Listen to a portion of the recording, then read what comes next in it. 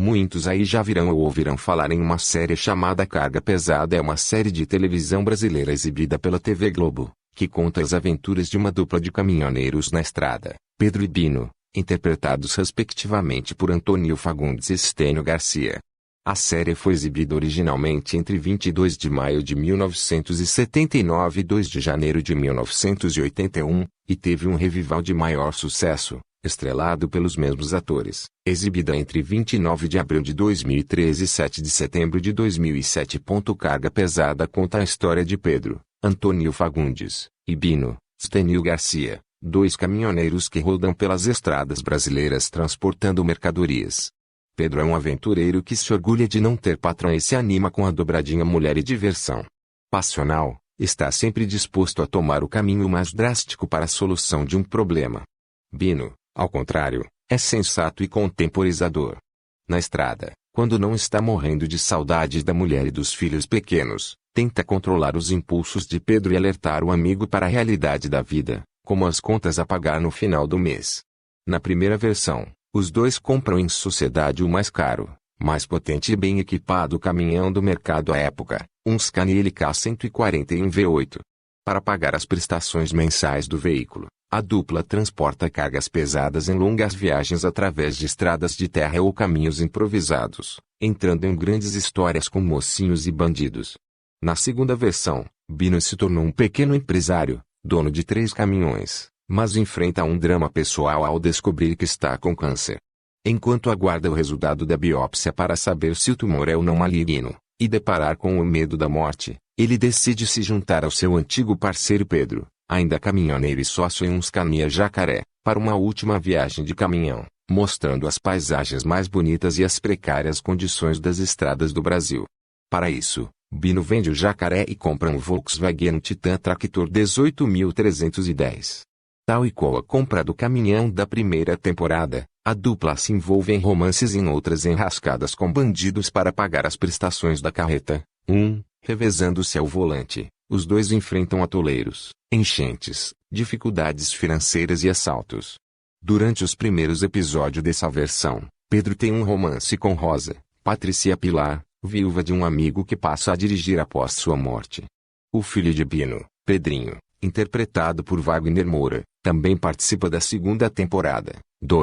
O seriado abordava aspectos sociais, econômicos e ambientais, como a reforma agrária, prostituição, miséria, poluição, má conservação viária, violência contra a mulher, trabalho escravo no Brasil e outras mazelas. A ideia do seriado surgiu em 29 de março de 1978, data de exibição do caso especial Jorge, um brasileiro. Original de Oswaldo França Jr., contava a história de um caminhoneiro que transportava cargas pelo interior de Minas Gerais. Este especial tinha a produção de Newton Cupelo, direção de Paulo José e supervisão de Zimbinski. Em geral, cada episódio contava com a participação de 30 pessoas, e as gravações duravam em média 3 dias.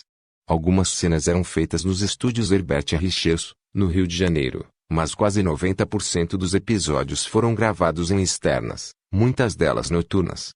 Embora nas histórias Pedro e Bino viajassem por diferentes estados do Brasil, cada episódio era gravado em uma estrada do estado do Rio de Janeiro. Os autores faziam referências ao lugar onde se passava a trama por meio de indicações de caráter cultural e de comportamento. Percebe-se isso observando-os várias vezes que eles paravam no posto Galop, na rodovia Presidente Dutra, ou pelo relevo característico de morros, campos e serras peculiares. Nesse tempo, os atores tinham que se encarregar da direção de um caminhão de verdade, ficar de olho na estrada, lembrar-se do texto, além de ajudar a produção, segurando um refletor entre as pernas, enquanto um cinegrafista fazia as imagens pendurado do lado de fora do caminhão. O carreteiro Carlos Santos foi contratado para ajudar os atores a interpretarem o papel de caminhoneiros e ajudar nas cenas de condução para as gravações. Antônio Fagundes e Stênio Garcia costumavam brincar de inventar situações difíceis um para o outro nas ocasiões em que escreviam os roteiros. Stênio Garcia lembra que, no episódio A Barricada, escreveu uma cena em que Pedro ficava preso com 2 fugitivos da penitenciária dentro de um caixote cheio de cebolas, enquanto Bino, no volante do caminhão, tentava atravessar barreiras policiais. Para piorar, em determinado momento, Os bandidos decidiam comer as cebolas do caixote, tornando os diálogos mais difíceis de serem encenados. Mais tarde, Antônio Fagundes deu o troco escrevendo uma história em que os dois caminhoneiros se viam atolados em um mangue, sem ter o que comer. Claro que coube a Bino a tarefa de entrar na lama para pescar caranguejos. O caminhão da primeira temporada, o Scania V8, passou anos perdido, rodou para o Uruguai, esteve no Porto de Santos e achou-se até que este tinha tombado. Mas foi encontrado e comprado em 2015 por um entusiasta, que está reformando-o. 5, 6. A Rede Globo, em 2003, construiu com a Volkswagen caminhões e ônibus, o Proteus, um estúdio móvel onde os atores poderiam encenar, enquanto viajavam pelas estradas do Brasil. Nesse caminhão-estúdio, há duas cabines, uma de verdade, onde fica o motorista, e uma outra cenográfica, onde ficam Stênio Garcia e Antônio Fagundes, cercados por câmeras, tudo sobre um chassi de ônibus VW 17.240 Inicialmente, o projeto contava com uma cabine de Titan Tractor VW 18.310. Mas em 2006 recebeu uma cabine do Constellation 19A320 Tractor, conhecido como Bob Esponja.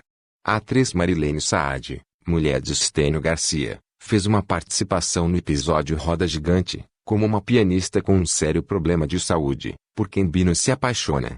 Bruno Fagundes, que atuou no episódio Ser ou Não Ser, é filho de Antônio Fagundes e de Mara Carvalho. 7, série era transmitida às terça-feiras no horário das 22 horas. 8. A primeira versão da série, com um total de 54 episódios, tinha em sua equipe de criação Carlos Queiroz Teles, Jean Francisco Guarnieri e Walter George Durst. A supervisão de texto era de Dias Gomes. Um programa de Daniel Filho e direção de Gonzaga Blota e Milton Gonçalves. A série voltou a ser exibida a partir do dia 29 de abril de 2003, nas noites de terça-feira, até 30 de setembro do mesmo ano. Porém, a partir de 16 de abril de 2004, foi remanejada para as noites de sexta-feira, sendo escrita por Walter Negrão, Escila Pedroso e Mara Carvalho, com supervisão de texto e colaboração de Alcir Carrasco. Os realizadores da versão atual fizeram questão de frisar a época do lançamento que não se trata de um remake, mas sim de uma continuação da versão anterior, 2 décadas depois. 9. Essa segunda versão do programa teve seu final anunciado em 2008, após o final da quinta temporada, em 7 de setembro de 2007. O cancelamento foi causado pela agenda cheia dos atores principais, que estariam sendo usados em outros projetos da emissora. Apesar disso, o canal afirmou que o programa pode voltar. 10. Carga Pesada foi exibido em países como Bolívia, Chile, Estados Unidos, França, Irlanda, Itália e Nicarágua. Em 1984, a TV Globo iniciou um intercâmbio com a Biblioteca do Congresso norte-americano ao doar vários de seus programas à instituição. Entre eles, estava um episódio de Carga Pesada, chamado Velho Viana.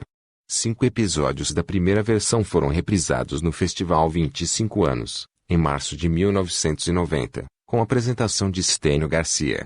5 anos depois, de 27 a 31 de março de 1995, no Festival 30 anos, foram também reprisados 5 episódios. A segunda versão foi reapresentada em forma de compacto, em 2 capítulos especiais, nos dias 28 e 30 de abril de 2015, no Festival Luz, Câmera, 50 anos, substituindo Amores Roubados e sendo substituída por A Cura. 11. A frase é uma cilada, Bino, repetido muitas vezes por Pedro no seriado, acabou por virar um meme na internet brasileira quando algo não é confiável e usado especialmente com fotos de travestis ou de mulheres pouco femininas. Criado para compensar o equivalente americano ao It's a Trap, citação tirada de Star Wars, onde trap também virou sinônimo de travesti. 17. E não se esqueça de se inscrever e deixar seu like que ajuda muito. Aí deixe aí nos comentários sugestões para os próximos vídeos.